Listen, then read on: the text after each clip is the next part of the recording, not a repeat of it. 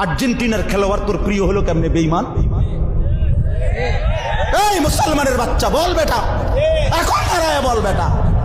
কোন কাফের বেঈমান, কোন খ্রিস্টানের বাচ্চা, কোন ইহুদি, তুই মুসলমানের ঘরে জন্ম নিয়া তোর রক্তে মুসলমান মার রক্ত, তুই কেমনে ওই বেঈমানের মতো সাজবি? এই বেহায়া বল বেহায়া, তোদের যাদের চুল এরকম বল বেটা, এখন দাঁড়া। ওই বেঈমান তোর পছন্দ হলো কেন? তোর রক্ত ইসলাম নাই বেটা, তোর মা মুসলমান না, তোর বাপ মুসলমান না বেটা, তোর দাদা দাদি মুসলমান না, ওরা সব বোকা, তুই চালাক হয়ে গেছ বেটা, তুমি পণ্ডিত হয়ে গেছ। কোন বেঈমানের অংশগ্রহণ করলাম? কেন সাজলা বেঈমানের মতো? তোমার নবী নাই, তোমার রাসূল নাই, তোমার আল্লাহ নাই, তোমার নবী সাল্লাল্লাহু আলাইহি সাল্লাম চুল রাখে নাই? কথা বলে না কেন? আল্লাহর নবীর চুল ছিল কিনা?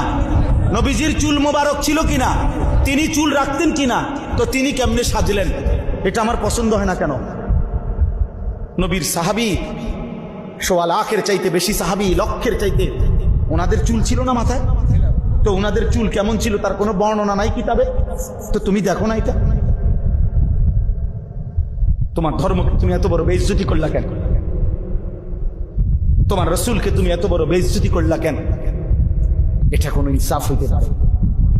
দিন রাত মুসলমানের ঘরে জন্ম নিয়ে মুসলিম হয়ে চুলের উপরে সারা দিন ফ্যাশন, এটা বুঝি একটা কথা হলো? আমার ভাই বল, এটা বুঝি একটা কথা হলো? তোমারে বুঝি আল্লাহ বানাইছে শুধু এই সারাক্ষণ চুল এটার ফ্যাশন করবা, বিভিন্ন মডেলে চুল কাটবা, এই নিয়ে ব্যস্ত থাকবে? এত ফালতু কাজে আল্লাহ মুসলমানকে বানাইছে?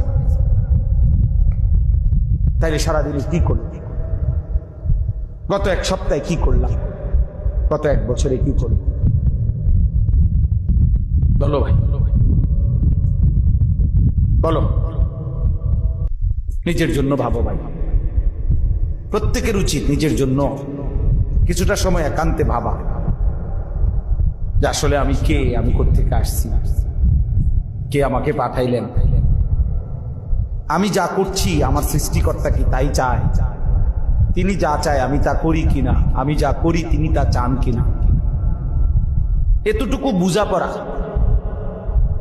এতটুকু যদি বিবেকের একটা বোঝাপড়া না থাকে, প্রিয় ভাই আমার, বাস্তবিক অর্থে সে মানুষ হয় না, মানুষ হয়। এর দূর অনুভূতি যদি না থাকে, আত্মবোলা